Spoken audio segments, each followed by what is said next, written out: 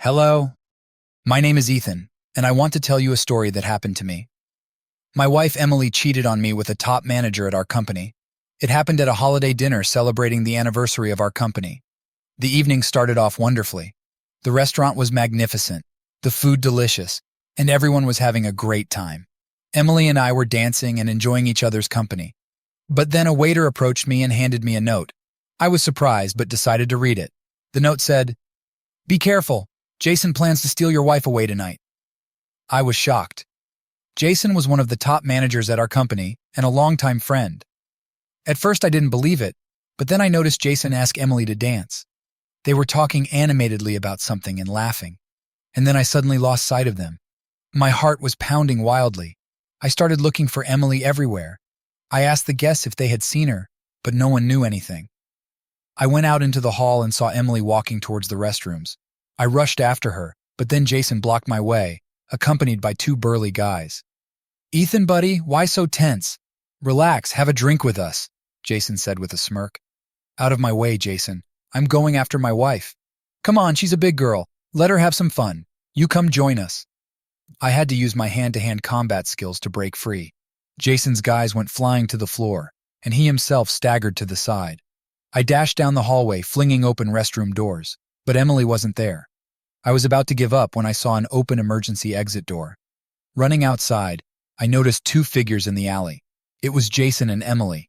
They were standing by his car talking about something. "What the hell is going on here?" I yelled, running up to them. Emily turned around, startled. Her face was frozen with guilt and fear. "Ethan, we were just what? Decided to quietly leave the party with this guy?" My anger knew no bounds. "Hey, take it easy, pal," Jason interjected. "Emily and I are friends. We just wanted to chat in private." "Be quiet." I raised my voice. "Emily, explain yourself right now." Emily trembled and burst into tears. She began to confusedly recount how Jason asked her to dance, how they flirted all evening, how he suggested going to his place to spend the night together. At that moment, my world turned upside down. How could she? How could she do this to me, to our family? I felt the ground slipping from under my feet. Emily, my beloved wife, the mother of my children, was ready to cheat on me with this unpleasant man.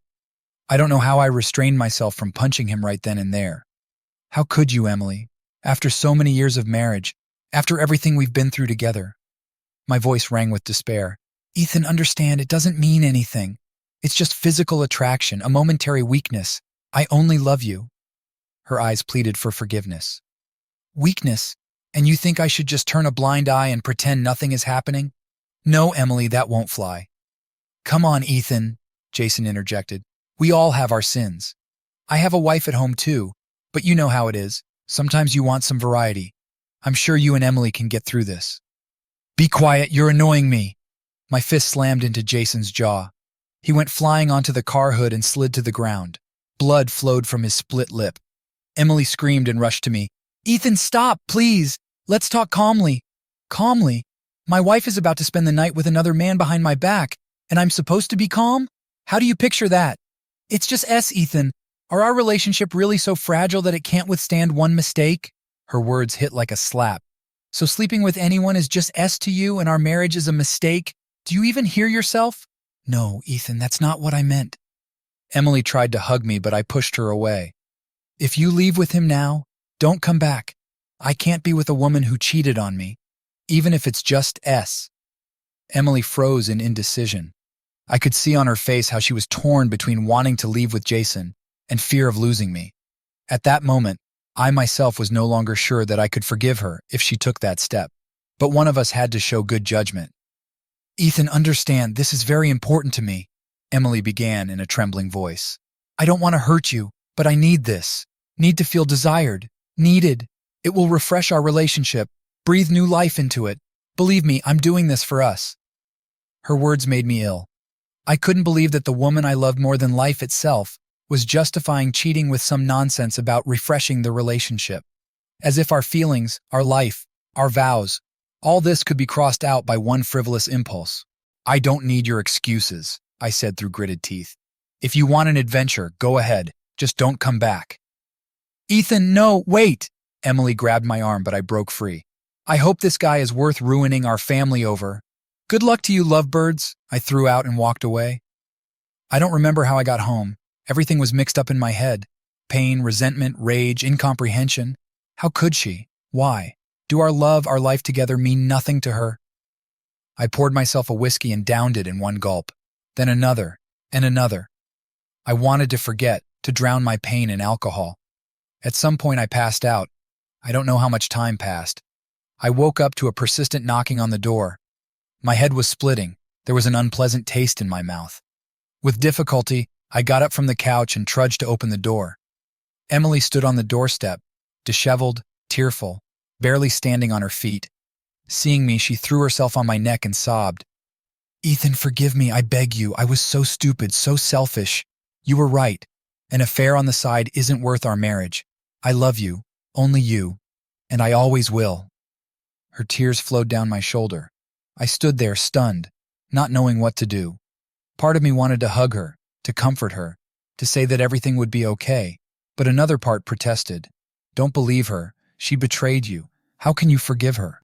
"Why did you come back?" I asked dully. "Shouldn't you be with that scoundrel right now?" Emily pulled back and looked at me with eyes full of tears. "No, Ethan, I can't. I can't destroy our family, our love.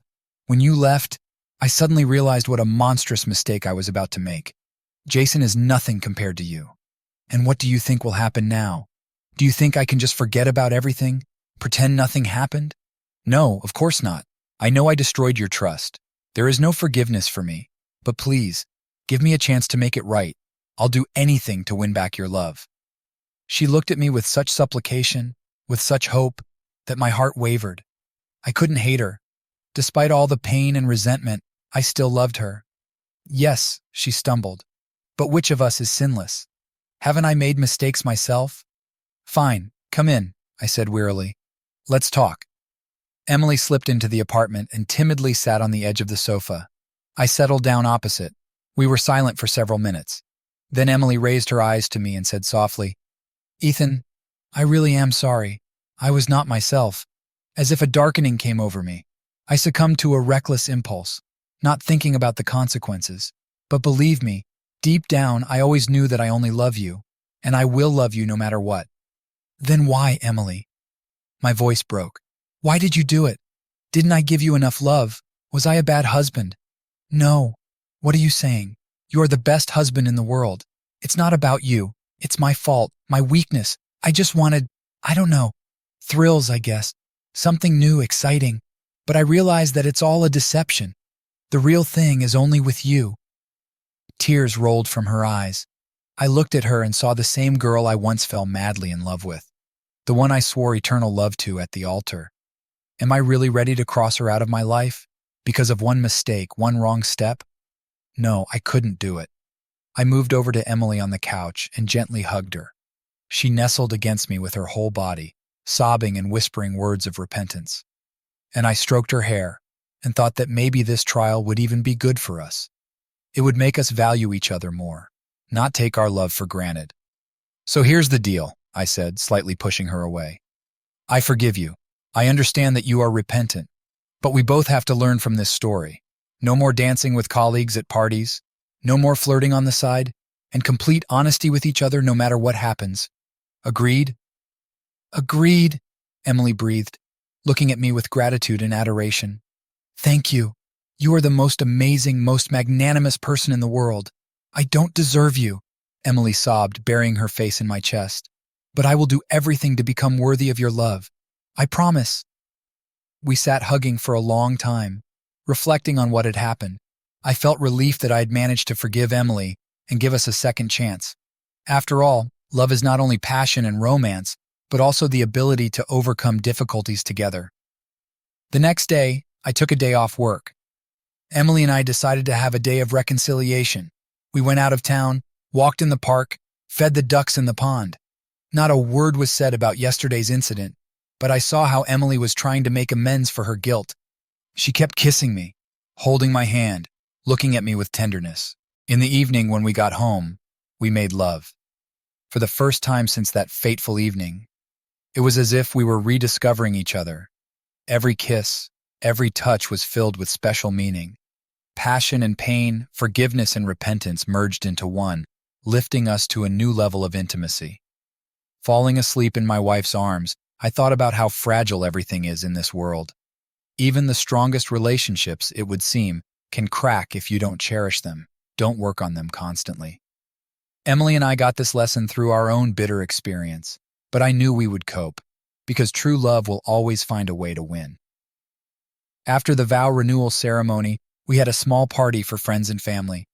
It was so great to see them all gathered together to rejoice for us. So many words of support, so many sincere smiles and hugs. I felt that Emily and I were not alone, that we had real support. Especially touching was the congratulations from my parents. They said they were proud of us, the way we managed to overcome the crisis, to preserve our love. Mom even shed a tear as she hugged Emily. I saw how much it meant to my wife, to be accepted despite the lapse. After the party, when everyone had left, Emily and I settled on the couch cuddling, sipping champagne. My soul felt amazingly light and calm, as if all the worries and sorrows were left in the past, and only happiness awaited us ahead. You know, I realized one thing today, Emily said thoughtfully. True love is not the absence of problems and mistakes. It's the ability to overcome them together, to forgive, to support each other, not to give up. We've been through such a test and only managed to become closer, so we really have what it takes.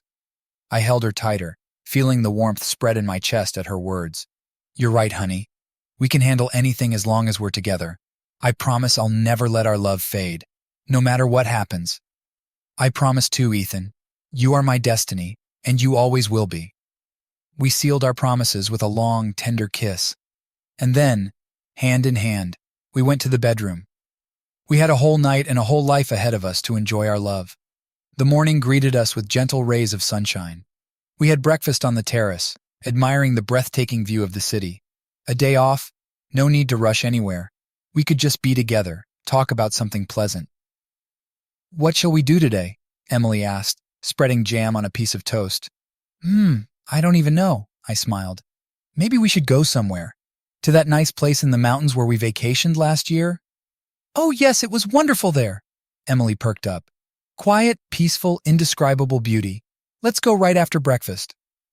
Agreed. We'll just pack our things. An hour later, we were driving along a winding mountain road, admiring the breathtaking scenery.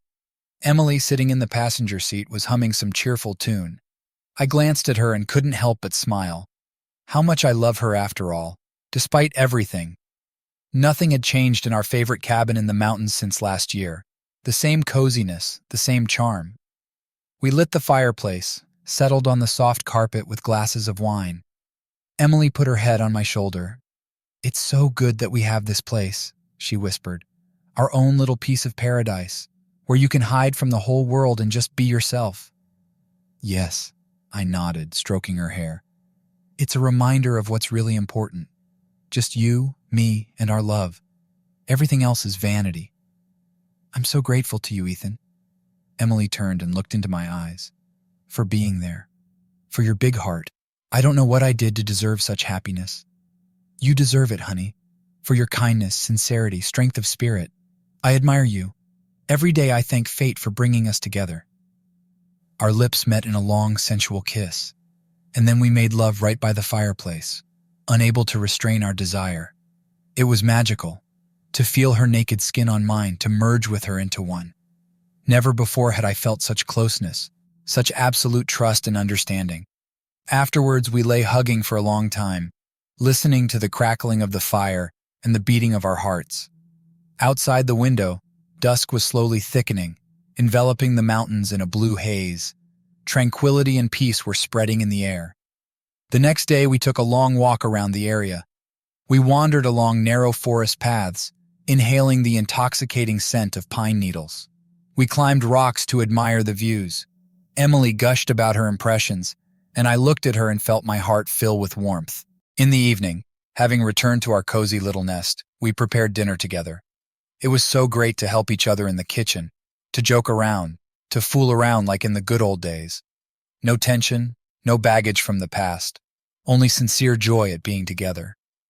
After dinner, we went out on the porch, grabbing a blanket.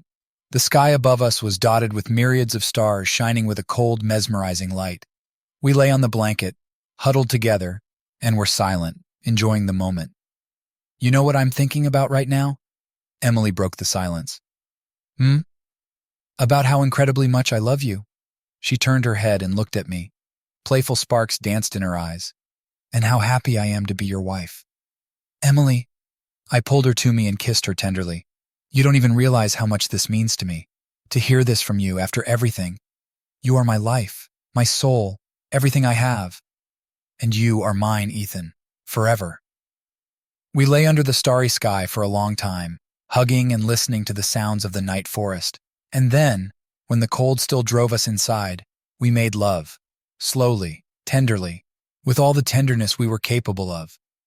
In the morning, it was time to return to the city, to our ordinary life. But we were taking with us a piece of that magic we had found here in the mountains. That feeling of absolute unity, understanding and acceptance of each other. On the way home, Emily said, Ethan, I've been thinking, maybe we should start over with a clean slate, move out of this city, buy a house somewhere quiet, just you, me, and our love. I looked at her in surprise. This thought had occurred to me more than once, but I had not dared to voice it. And now, when Emily herself suggested it, Are you serious, honey? I asked. Are you ready to drop everything and start over? Yes, Ethan, absolutely serious, Emily nodded. Recent events have shown me that nothing in this world matters except our love.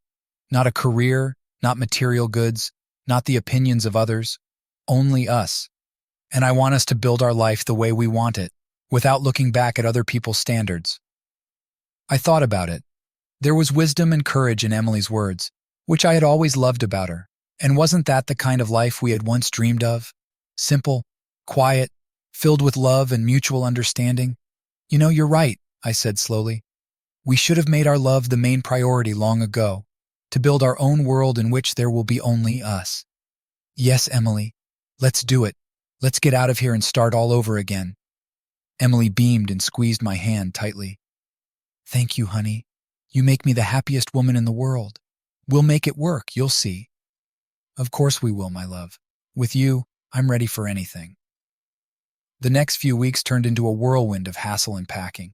We had to settle things at work, find buyers for our city apartment, look for a new house, but we handled it all with ease and even pleasure, anticipating the upcoming changes. And now, finally, after a month, everything was ready. We stood in the middle of the empty apartment with the last suitcases in our hands. Emily looked around and sighed. I can't believe we won't be living here anymore. So many memories, both happy and not so happy. We're only taking the good with us, honey, I smiled, and we're leaving the bad here. A new page is opening for us, and I know it will be beautiful. Our new home was in a small seaside town surrounded by picturesque hills. Just the kind of place Emily and I had always called ideal for living. Quiet, cozy, with stunning nature. When we first entered our new home, my heart skipped a beat. It was exactly what we had dreamed of. Spacious, bright, with huge windows and a view of the sea. Our own piece of paradise. Well, Mrs. Williams, welcome to our new life, I said solemnly, hugging Emily around the waist. Thank you, Mr. Williams, she replied with a smile. Now it really is our home, and a new life. Bye-bye.